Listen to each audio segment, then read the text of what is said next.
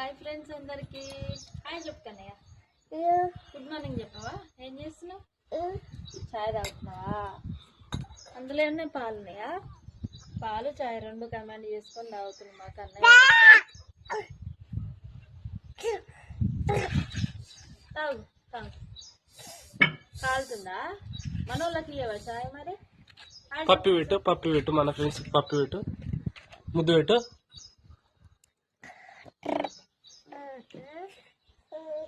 బాగా చెప్పు మరి మీరందరూ అయితే టీ తాగిరా లేదా చేయండి ఫ్రెండ్స్ అయితే తాగుతుంది ఈరోజు పాలు మా చిన్న కన్నయ్య కూడా కావాలని మా చిన్న కన్నయ్య అయితే ఏడుస్తుండు